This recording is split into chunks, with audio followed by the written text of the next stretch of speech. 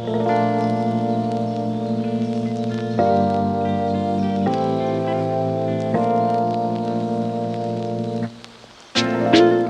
l'équipe, bienvenue dans la France profonde. Là on est vraiment paumé. Aujourd'hui c'est ma première FAQ, ma première foire à questions. Je réponds à toutes vos questions parce qu'il y a quelques jours je vous ai mis une petite boîte sur Insta justement pour vous permettre de me poser toutes les questions que vous vouliez. J'en ai reçu des vraiment très intéressantes. Donc voilà, aujourd'hui on répond à tout ça. Mais je voulais pas faire ça enfermé chez moi parce qu'il fait super beau pour une fois. Donc ce que j'ai fait, j'ai piqué la 2 chevaux de mon père. J'ai pris le chien. Même si c'est pas le plus beau des petits chiens.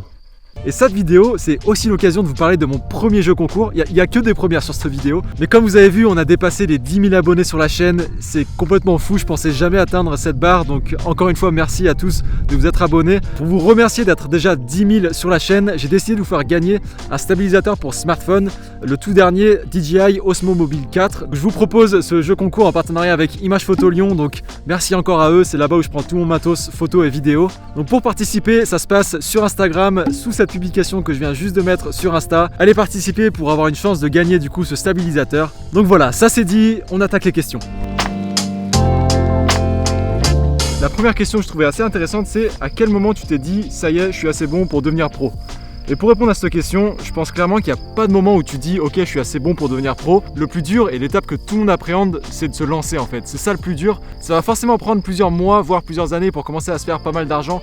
En tout cas suffisamment d'argent pour pouvoir en vivre. De mon côté, je me suis lancé direct à la fin de mes études. J'ai terminé mon stage de fin d'études. J'ai pris l'appareil photo de mon père, c'était un Nikon D7000 à l'époque. Et j'ai essayé de trouver un peu des projets à droite à gauche. J'étais prêt à filmer gratuitement ou pour très peu d'argent pour pouvoir me faire juste de l'expérience, pouvoir me faire un petit portfolio pour pouvoir après ensuite aller démarcher. Ça c'est le cas pour tout le monde va un peu galérer au début, c'est normal. Mais si vous arrivez à franchir ce cap de vraiment vous lancer, de sauter, de faire le pas, vous aurez fait le plus dur. Et après forcément il va falloir beaucoup bosser, il va falloir croire en vous. Et ça c'est encore un point qui est hyper important, c'est de vraiment croire en vous et de ne pas vous sous-estimer. Au début c'est normal, on n'a pas toutes les compétences qu'on aimerait avoir, on se sent pas forcément à l'aise, on n'a pas beaucoup confiance en soi, c'est tout à fait normal et moi je suis passé par là. Mais si j'ai un conseil pour vous, c'est ne vous dévalorisez surtout pas et ne pensez pas que vous n'allez pas pouvoir réussir à faire un projet. Il faut jamais avoir peur d'un projet qu'on peut vous proposer. Il faut jamais vous sous-estimer. Même si vous pensez que vous en êtes pas capable, foncez quand même parce que au pire des cas, vous allez apprendre. Ça va être de l'expérience et toute l'expérience est bonne à prendre. Donc franchement, ayez confiance en vous. Ne vous sous-estimez surtout pas. Foncez sur toutes les occasions que vous avez. Tout ça pour dire que arrêtez d'attendre et foncez. Saute. Il est bien. Il est pas trop mignon dans sa douche. On va passer sur une autre question. Oh la vache.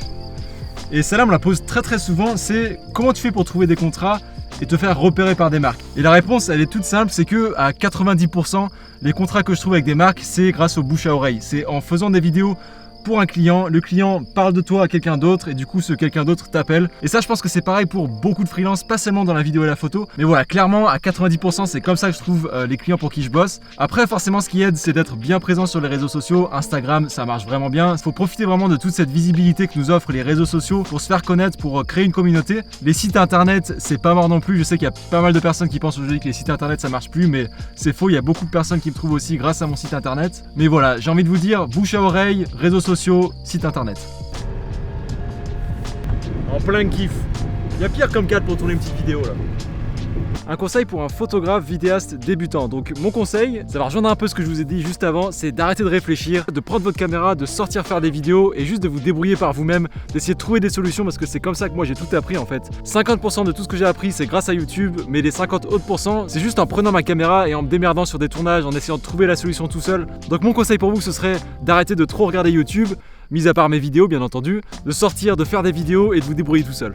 Quel est le plus grand plaisir que tu prends en faisant ce métier? Et ça c'est une très bonne question.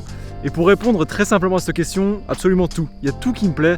Clairement, ce qui me plaît le plus, c'est que je suis passionné par tout ce qui est appareil photo, j'adore ça. Ce qui me plaît, c'est d'être au contact des gens, c'est de ne pas être enfermé dans un bureau H24. Quand je suis sur des tournages avec des clients, je suis avec du monde, je rencontre des nouvelles personnes. Ça me fait kiffer. La liberté aussi que j'ai en faisant ce métier, parce que je suis freelance, je gère mes horaires comme je veux. Je bosse beaucoup plus qu'avant, je fais des beaucoup plus grosses horaires, mais je suis libre. Et ça, c'est quelque chose que j'apprécie tous les jours, d'être libre, de pouvoir gérer mon temps et mes horaires comme je veux. Mais ouais, pour répondre à cette question, qu'est-ce que je préfère le plus dans mon métier, je serais incapable de répondre. C'est vraiment tous les aspects de ce métier que j'aime bien. Et c'est pour ça que je suis pas prêt de changer. Je suis vraiment trop content de pouvoir en vivre. C'est une vraie fierté. Je vais pas pouvoir en vivre si je suis sur X comme ça.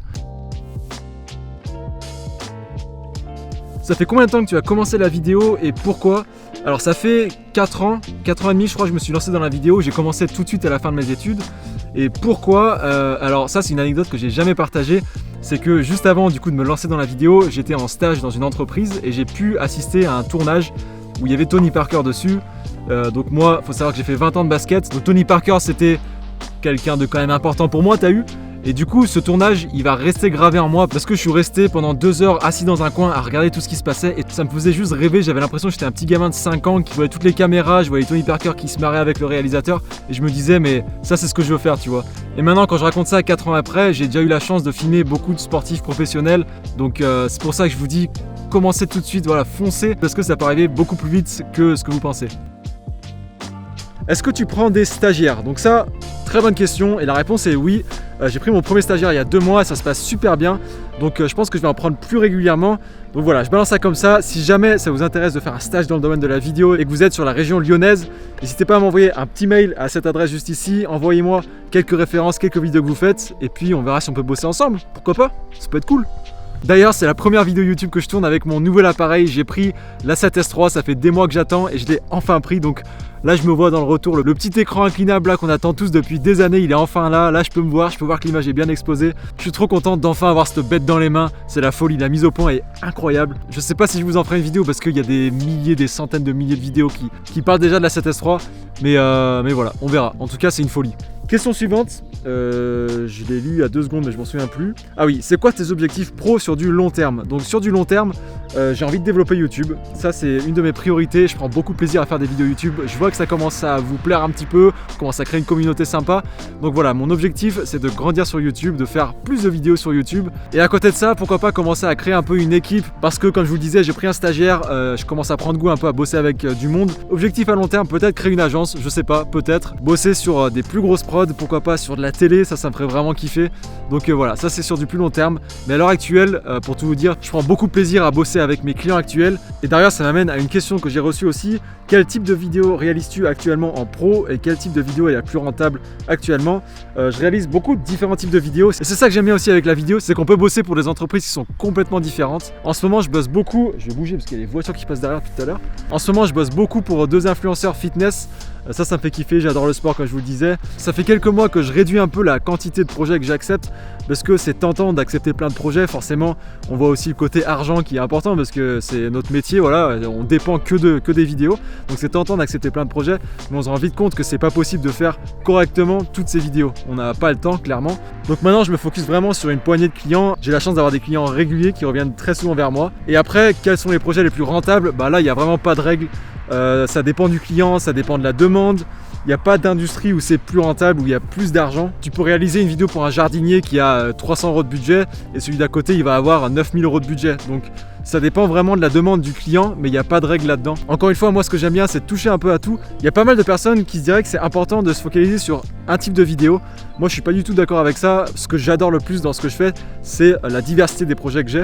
Ne vous dites pas que vous allez choisir tel ou tel type de vidéo en fonction du budget qu'il y a dedans parce que clairement il y a de l'argent un peu partout. Voilà l'équipe, j'espère que cette petite FAQ vous aura intéressé.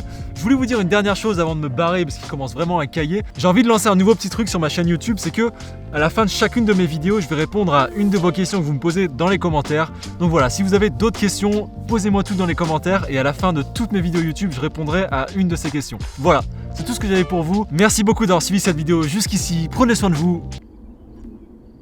Ciao ciao.